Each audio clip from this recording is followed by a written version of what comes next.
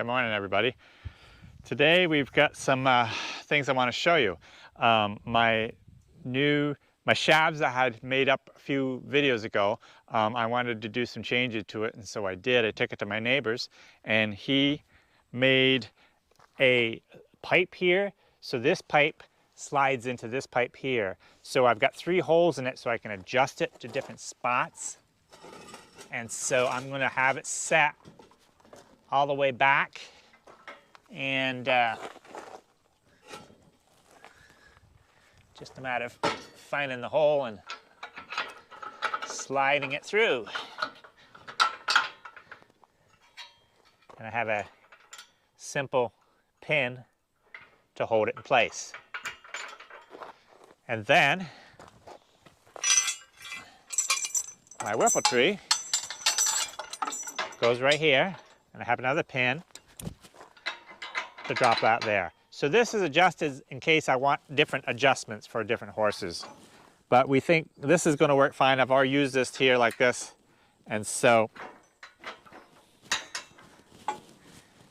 this will work fine. Now the problem I was having and why I wanted to do this is because I had it set up before without a pin in here, and if you grabbed one side of the shafts, it would just twist on you. That side would just drop down. So that's where you have to have it set up with a pin to keep it from flopping back and forth. It goes a little bit, but not much. So I'm just going to back this out of the way, move the cement block, and we'll go over to Ken. We'll show you what we're doing here. So another thing we have today is new audio for wireless audio. So I'm going to put that on my shirt, and hopefully that'll help our audio quite a lot as we continue on. So I have Ken today, and I've had quite a few people ask quite a few questions, and I hope to address some of these questions today in this video. Now, first question is, I have had some people ask what these are on the backs of a horse's legs. See these little, you can get close up here, Trudy. Trudy's doing my filming today. And so these are what I call chestnuts. They are a sweat gland. And so what happens with a horse, and if I'm not correct on this, by all means, if someone knows the right answer, go ahead and tell me about it in the comments, because I'm not 100% positive, but this is what I've always been told. So these are sweat glands, and so a horse will sweat all down through here, but they won't sweat on the lower part of their legs, possibly even somewhat above the legs. But at some point here in their legs, they actually stop sweating, and this is how the sweat comes out. Now that's what I've always been told, and I may be way wrong. If someone's vets out there that could explain it better or whatever, please tell me. But anyways, these will grow, and some horses are different. Sometimes they'll stay short, but a lot of times they'll grow, and I've always been concerned about them getting too long. I've seen some sticking way out this long, and so I have a habit of just taking my nippers and clipping them down to keep them short, so they're less apt to get caught. I'm just afraid that if they catch the other leg, it'll actually break a piece off. So that's what I'm going to do right now.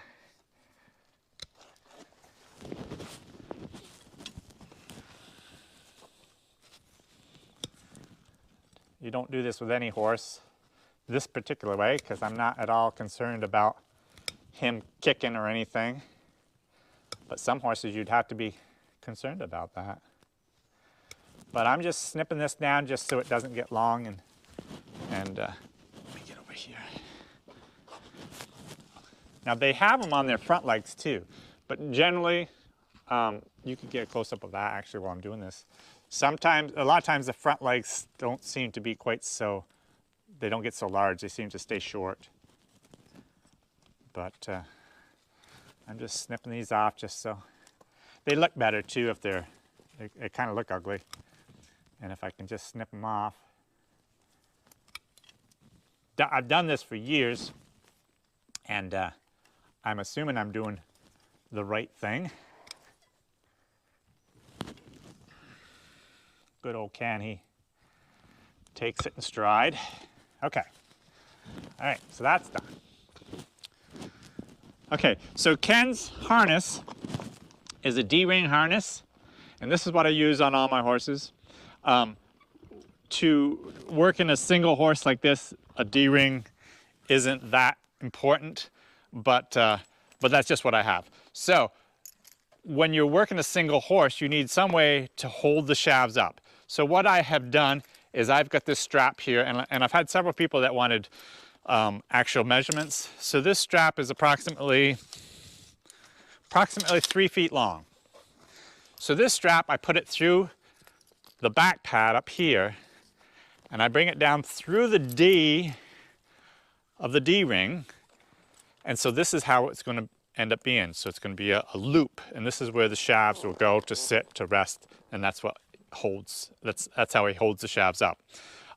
If you didn't have a D-ring, you would just go around the tug itself like this. And the reason for that is it holds the weight down, or holds the shafts, but it also stops the shafts from going up quite so much. They still do, there's other ways to do this, because even now the shafts can go up to here, but it still keeps them in this area. But I don't actually hitch that until I hitch up to the shafts. I'll show you what I mean in a second. Okay, so I think we're ready to go over there. Nothing else is different. This is a team harness, or has been right along, but there's really nothing different. I've got single lines on him instead of a team line, and all that's different is just this strap to hold the shafts.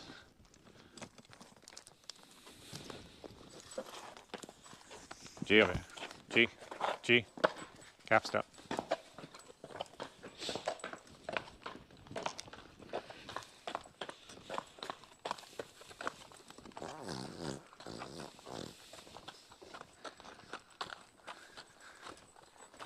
Careful.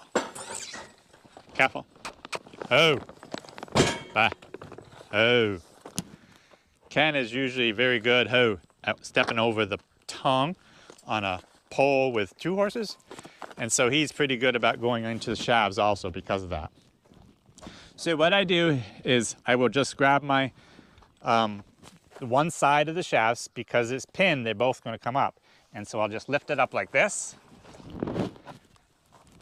And I'll take this strap, which is a little bit heavy, and hitch it in place. Just like that. Then I'll come around here and do the same thing. Lift it up.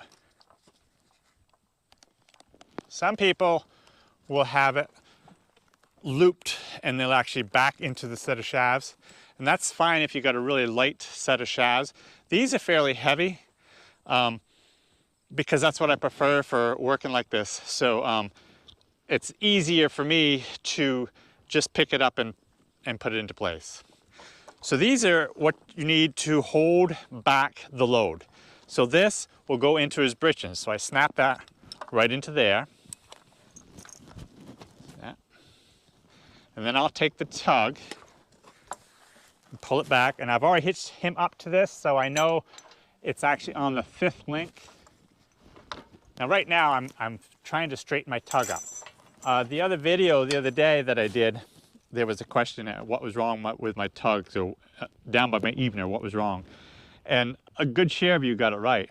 But all that was wrong is when I had hitched up Bill in that particular situation, his inside tug, I didn't realize it and I had twisted it. So I had probably hitched the first link in like that, and then I went to hitch it up. Instead of having my hook pointing upwards, I tipped it down like that for some reason. And that's the only thing that was wrong. So for those of you that realize that, good for you. Good job. So now this one here, I'm going to go on the 5th link. Because of that, my hook is actually going to be turned. So both hooks will be turned. This one here will be turned outwards, and the other one will be turned outwards also. So we'll go around the other side.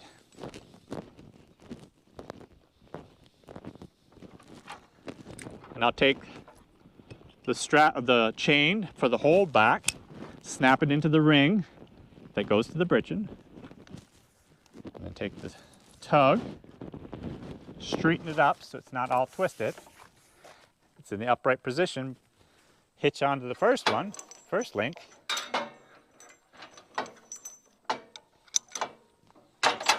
And then I'm going to go to the 5th link, which will put this hook pointing out, just like that.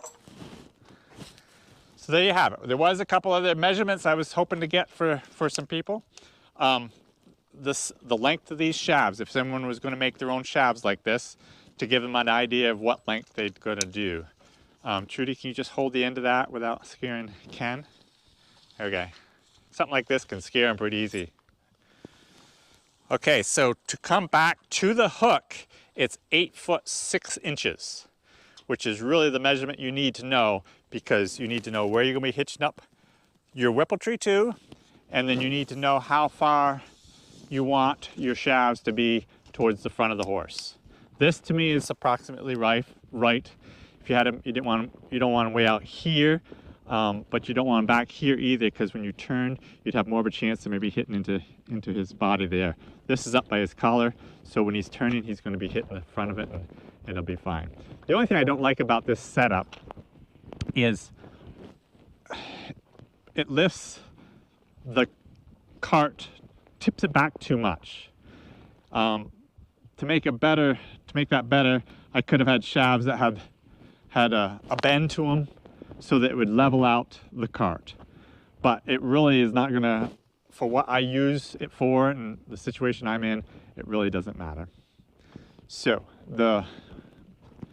sometimes I will take, these are the pole straps that are being used when I'm using the team, and sometimes I will take this hook just to get it out of my way and hitch it up here, just to get it out of the way, but it doesn't really matter. Matter of fact, I don't think I want to do it today up there. So anyways, let me think, does that explain everything? I think it does. So let's drive Ken over and hitch him onto the rake. Hi, Ken. Cast up.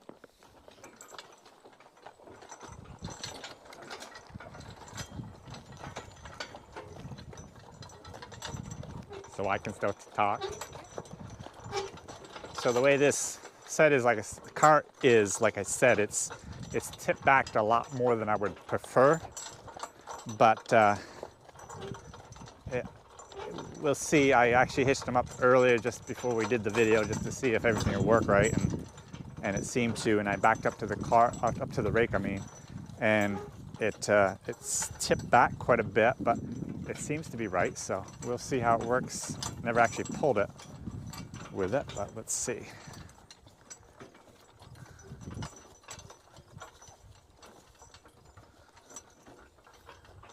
Oh, now the tricky part of getting backed into here, I gotta be careful, because if I was to hit that wrong, oh, G, oh, bah.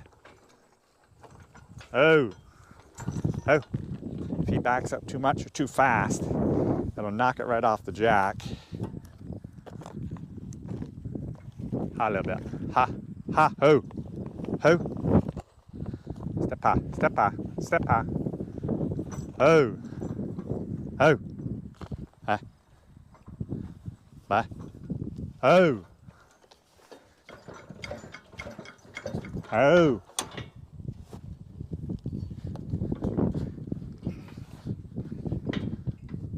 Okay, a little bit.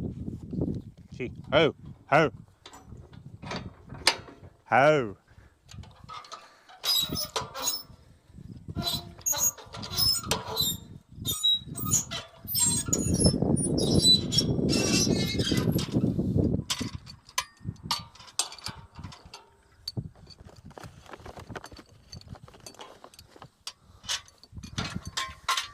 I got a pretty poor setup for my rake with the jack. I usually strap it right to the rake, but for today, I'm not going to. Okay. I'll just get it out of our way. I like this audio because I can just talk. We'll see if it works. I hope it Right. Okay, so let's head to the field and see. Oh, ho. and see what happens. Calf step.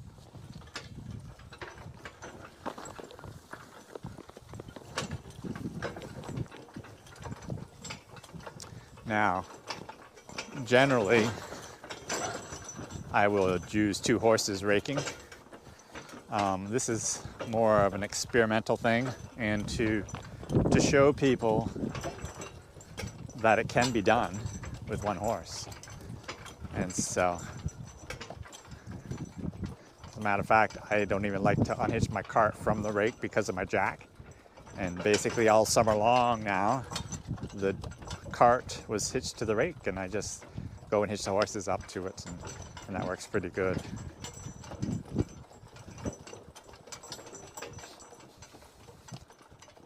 Because of the tip back of my cart here, it could affect the way my rake is, where the teeth are dragging. So we'll have to make sure that's good.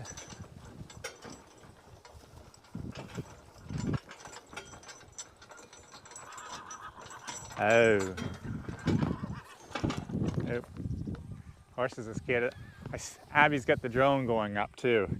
And the horse is a little bit concerned, I think, about that. I don't, or maybe they just see the horse. I don't know why, but. Calf step.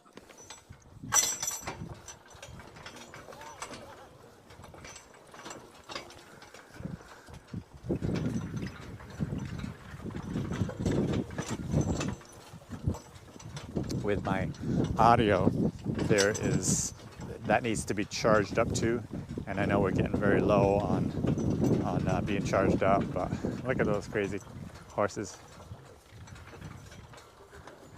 But anyways, it's nice to be talking this audio, but I'm afraid I'm going to lose it very soon, and I gotta get this raked up. This is actually pretty green, and my plan is to rake it and probably double windrows, but maybe not quite together. And well, I just got some ideas. As we go along, I'll try to explain it.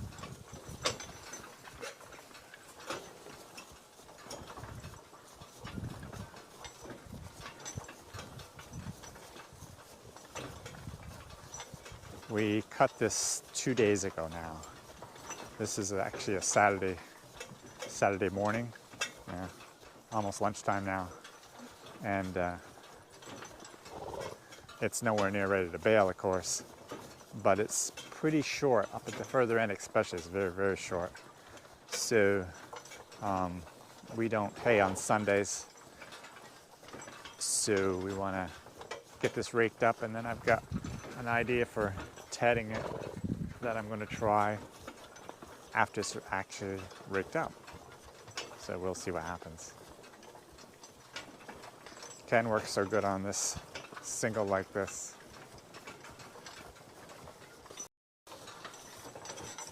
So I decided to take a quick lunch break, and gave Ken some lunch. I'm back out at it again. Abby's here this afternoon, and she got the drone up in the air. Had a little troubles earlier, but it's up in the air now. So I can't remember if I explained what I was doing or not, but I'll do it again here.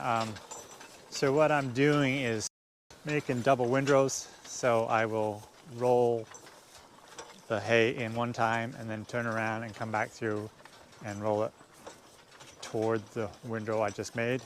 And I'm trying to leave a little bit of a gap in between, so I have actually 2 small windrows together. And then next week, the weather looks good for tomorrow, Monday and Tuesday both. So hopefully we can get it dried.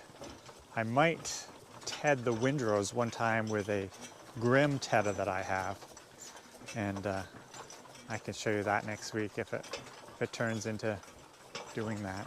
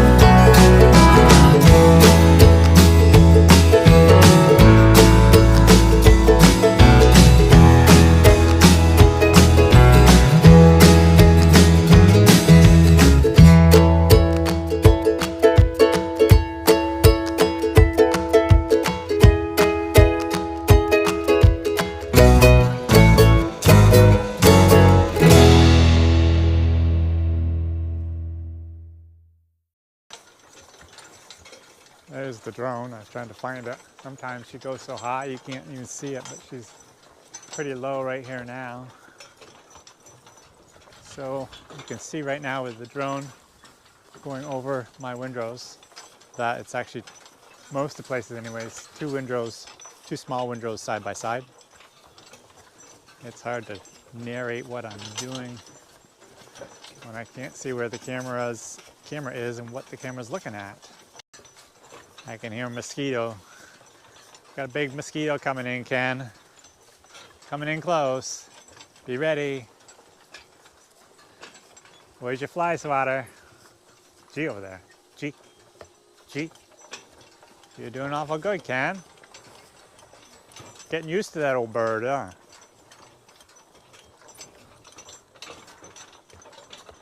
Step up. Cap step. Ha.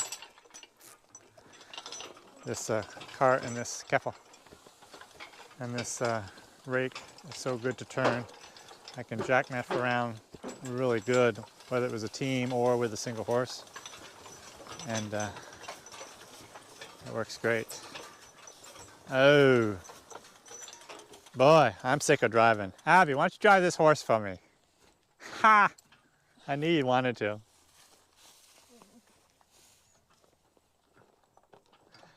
I caught her, so I decided to let her drive.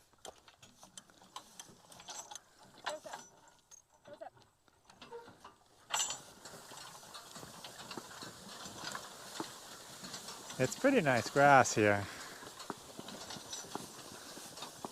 but of course it's still quite green. But if the weather holds up like it's supposed to, I think it's going to be really good for Monday afternoon.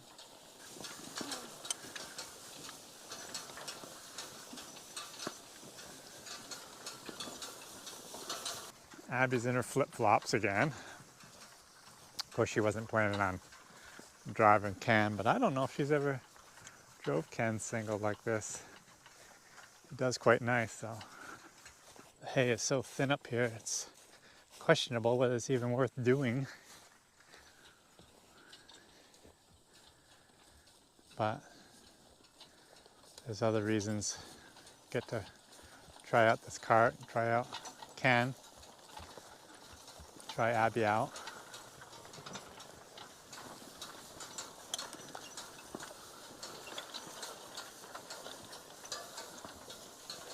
Let's see how she maneuvers on this corner.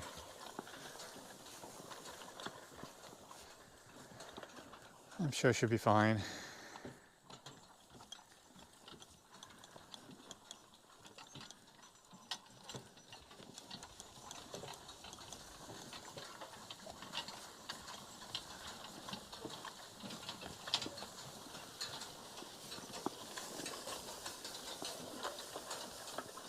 I should have brought the colts in this morning so Abby could have sat on their backs for a little while, but sometimes there's just way too much stuff to do in a day. Well, I'll have to take over this job. I know she's got a lot of other stuff to do, so she's a busy girl. You can stop whenever, Ab. You can stop whenever. Unless you want to keep going. I have to go home and make a video. I know, I said you're a very busy girl. Well, I'm just about done, so. Okie dokie. Thank you very much. Yeah. Cuffs up.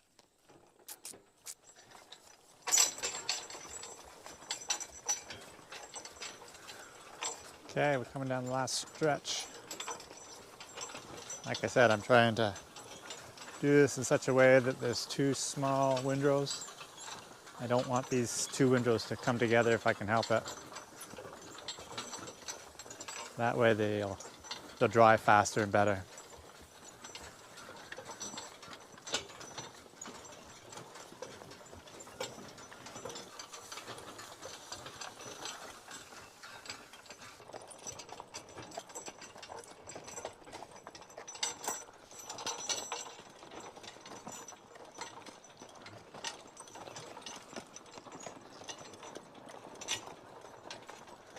Oh. Okay. We made it back. So now we will just take our tug, unhitch that, and then take our whole back strap, unhitch that, unhitch this strap that holds the shafts, walk over here, do the same thing, unhitch the tug, hold back, and as I release the strap, I'm holding the the shafts, so I let it down kind of carefully, and then he's ready to drive away. Oh, I cuffed up. Job is done. Thanks for coming along and watching. I hope you learned a little bit about a single horse, and hope you have a great day.